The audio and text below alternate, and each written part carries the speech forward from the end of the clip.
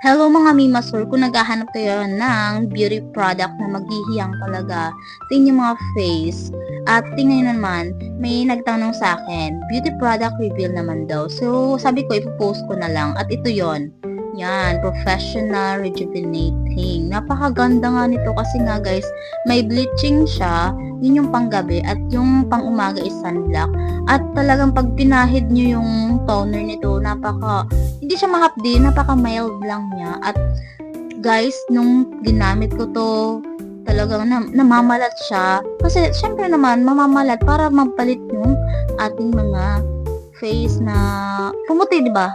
So yun na nga. At yun guys, ang ganda nga nito talagang sa loob ng 3 days, nakita ko agad yung glowing niya. Nakita ko agad yung talagang feedback nito na ang ganda. Pumuti agad ako, nawala yung mga pimples ko. At student ako nung gumamit ako nito.